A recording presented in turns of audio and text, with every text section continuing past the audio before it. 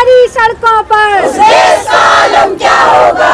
तख्त बदल दो, ताज बदल दो, मेहमानों का राज बदल दो। अभी तो हम भोले हैं, भड़क गए तो सोले हैं, अभी तो हम भोले हैं, भड़क गए तो सोले हैं। ये कैसी तानाशाही है, हमें सड़क पर लाई है, ये कैसी तानाशाही है, हमें सड़क पर लाई है। जो ना माने विनती से लुटा देंगे कुर्सी से, देख लेंगे चुनाव में। आंगनबाड़ी एकता जिंदाबाद। नमस्कार, मैं चंद्रशेखर जोशी, देवभूमि टुडे में आपका स्वागत है। सरदार भगत सिंह की शहादत दिवस 23 मार्च से उत्तराखंड डिप्लोमा इंजीनियर्स महासंघ के इंजीनियर्स हड़ताल पर हैं। आज उनका हड़ताल का 16वां दिन है, लेकिन हड़ताल अकेले इंजीनियर्स की नहीं है। वे कार्मिक जो देश की आधी आबादी ही नहीं बल्कि तमाम ग्रामीण क्षेत्रों में विभिन्न किस्म के कार्य कर रहे हैं। पशुगणना हो, जनगणना हो, SIR यानी कि जो स्पेशल इंटेंसिव रिवीजन हो, या अभी जो जनगणना शुरू होनी है 2011 के बाद जो जनगणना शुरू हुई है 2026 की, वो अप्रैल महीने से शुरू होनी है, उसमें भी आंगनबाड़ी वर्कर्स की अहम भूमिका है। लेकिन आंगनबाड़ी वर्कर्स के ये काम अतिरिक्त हैं, उनके रूटीन के काम महिला और बाल पोषण, बाल संवर्धन से संबंधित हैं, और भी बहुत सारे काम हैं, रोज़मर्रा के काम हैं। वे सड़कों पर है, 4 अप्रैल से हड़ताल कर रही हैं। ये हड़ताल केवल मुख्यमंत्री पुष्कर सिंह धामी के निर्वाचन क्षेत्र वाले जिले चंपावत में ही नहीं हो रही है, बल्कि पूरे प्रदेश में है। उनकी क्या मांगे हैं, क्यों वे हड़ताल के लिए मजबूर हैं? मध्य फरवरी से वे लगातार बीच बीच में काम छोड़ के हड़ताल के लिए क्यों बाध्य हैं, सीधे उनसे ही जानते हैं। आपका क्या नाम है? लीलावती जोशी। तो आप लोग का ऐतराज़ क्या है, किन मांगों को लेकर आप 4 अप्रैल से फिर स्ट्राइक पर हैं? हमारा मेन मुख्य मांग तो हमारी मानदेय बढ़ोतरी है।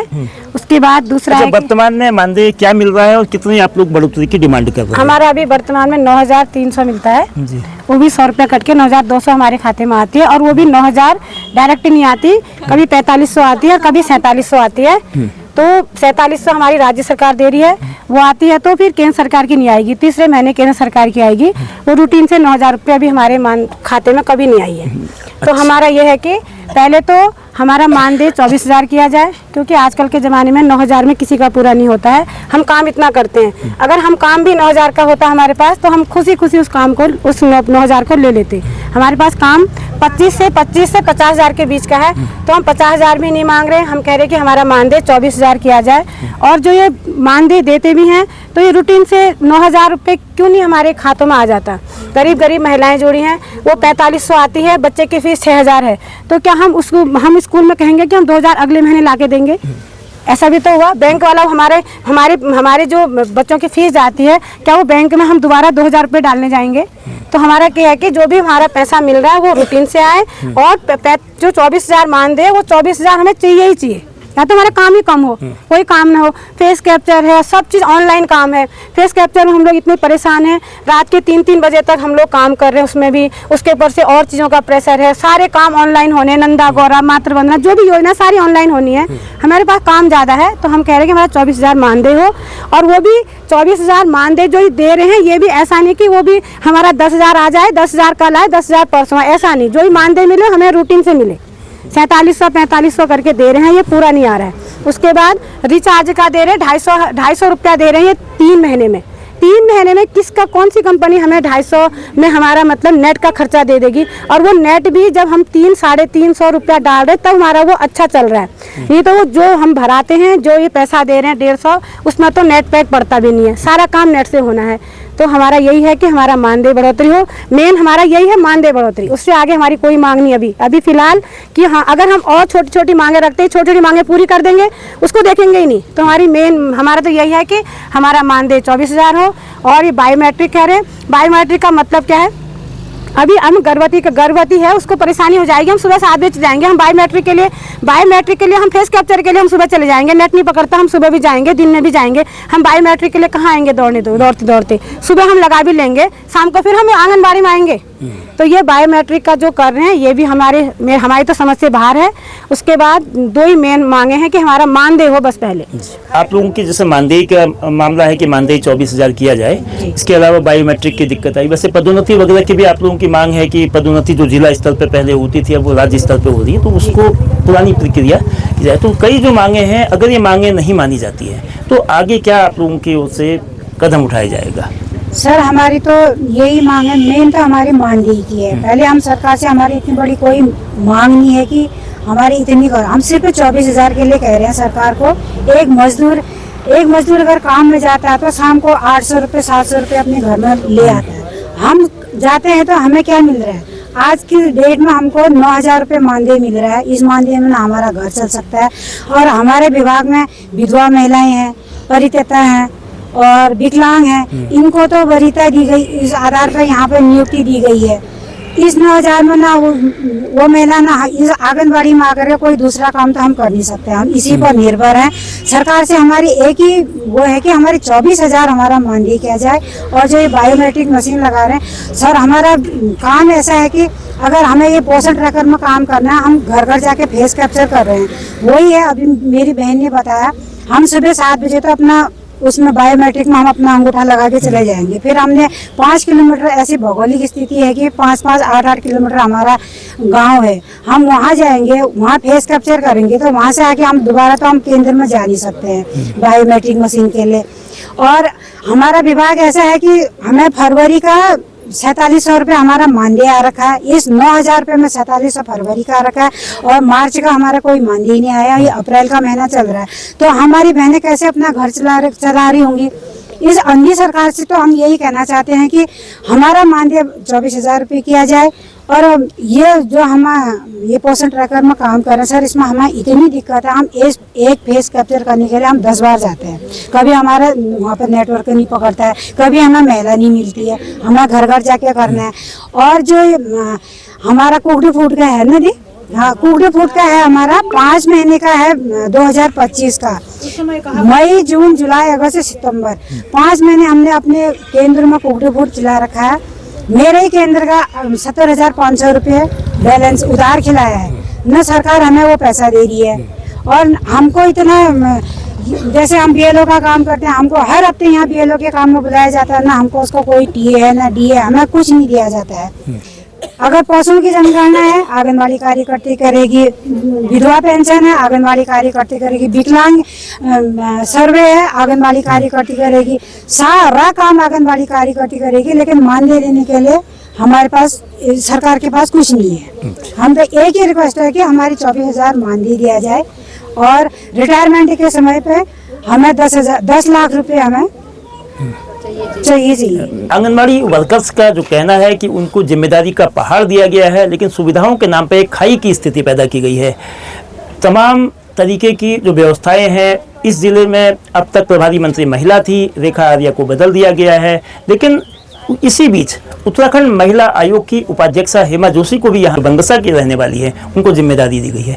महिलाओं के आवाज़ को जिस तरह से आंगनबाड़ी वर्कर्स उठा रही हैं, उनको राजनीतिक दल के रूप में उत्तराखंड क्रांति दल का सहयोग मिल रहा है, उनका समर्थन मिल रहा है। ये आंगनबाड़ी कार्यकर्ती जो हमारी हैं, ये हमारे सबसे पहले तो जो ग्रामीण बच्चे हैं उनकी शिक्षा के लिए प्राथमिक केंद्र हैं, तो एक तो वो उनकी जिम्मेदारी है। उसके बाद में उसके पैरेलल में सरकार जब उनको BLO का वर्क देती है या फिर उनसे कोई जनगणना का कार्य करवाती है, तो उसमें भी उनका टाइम जाता है। तो इस सब के मद्देनज़र और फिर उसके बाद जब ये मार्केट को आते हैं तो उनका किराया भाड़ा हर एक चीज़ लगता है। तो इन सबके मद्देनज़र जो है हमारी आंगनबाड़ी जो बहनें हैं, उन्होंने सबने जो है व्यापक रूप से आंदोलन अपना छेड़ा है। प्रदेश लेवल का आंदोलन है ये, और ये इन्होंने छेड़ा है। और इनकी जो ये मांगे हैं, इन्होंने कुछ खास ज़्यादा मांग नहीं लिया सरकार से।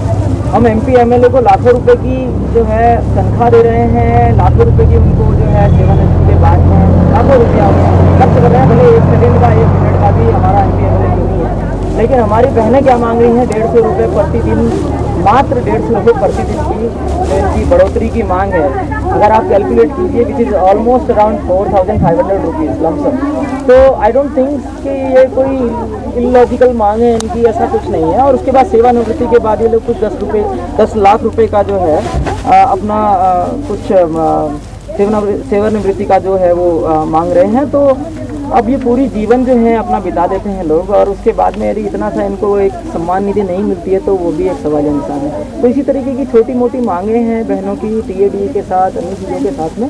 तो मुझे नहीं लगता सरकार के लिए कोई बहुत बड़ा पहाड़ टूट जाएगा यदि 150 रुपये प्रतिदिन आप बढ़ा देंगे हमारी बहनों का।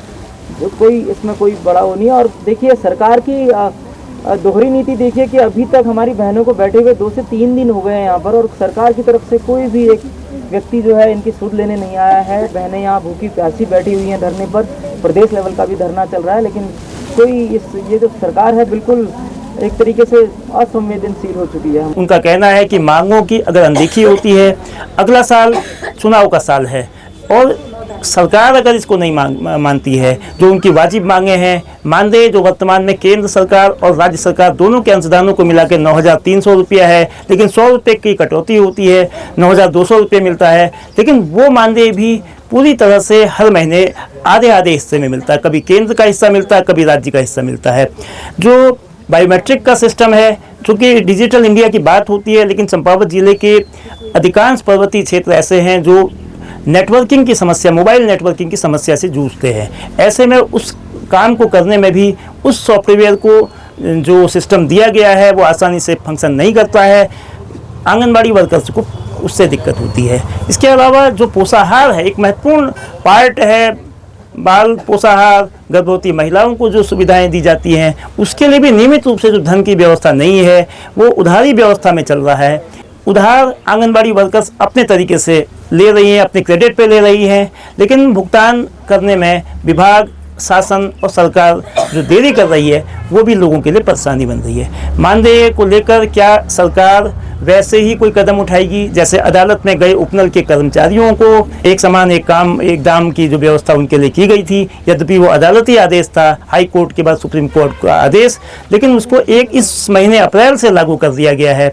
आंगनबाड़ी वर्कर्स निश्चित रूप से, चूँकि ग्रामीण क्षेत्र है, उत्तराखंड का अधिकांश हिस्सा पर्वतीय जिले हैं, सुदूर के जिले हैं, उनमें कठिन परिस्थिति में वो काम करती हैं, और जो 8 घंटे की सेवा के स्थान पे 10 से अधिक घंटे उनको नियमित रूप से करने होते हैं। काम में विविधता है, लेकिन उनके दाम को लेकर जो लगातार मांग कर रही हैं, क्या उनकी आवाज़ इस चुनावी वर्ष में, जब ये मामला राजनीतिक रूप से बनने जा रहा है, उत्तराखंड क्रांति दल इस आवाज़ को मुखर रूप से उठा रही है? क्या सरकार कोई डैमेज कंट्रोल करेगी, या चंपावत में जैसे 681 केंद्र हैं और उत्तराखंड में 9-10 हज़ार से अधिक केंद्र हैं, बहुत बड़ी तादाद में 22,000 के करीब आंगनबाड़ी वर्कर्स पूरे प्रदेश में हैं, तो एक दबाव की स्थिति आंगनबाड़ी संगठन की ओर से अपनी मांग को लेकर उठ सकती है। 2027 के चुनाव से पूर्व सरकार क्या उनके पक्ष में उनकी मांगों को सहानुभूतिपूर्वक विचार करेगी, या केवल कोरे आश्वासन से बात बनेगी?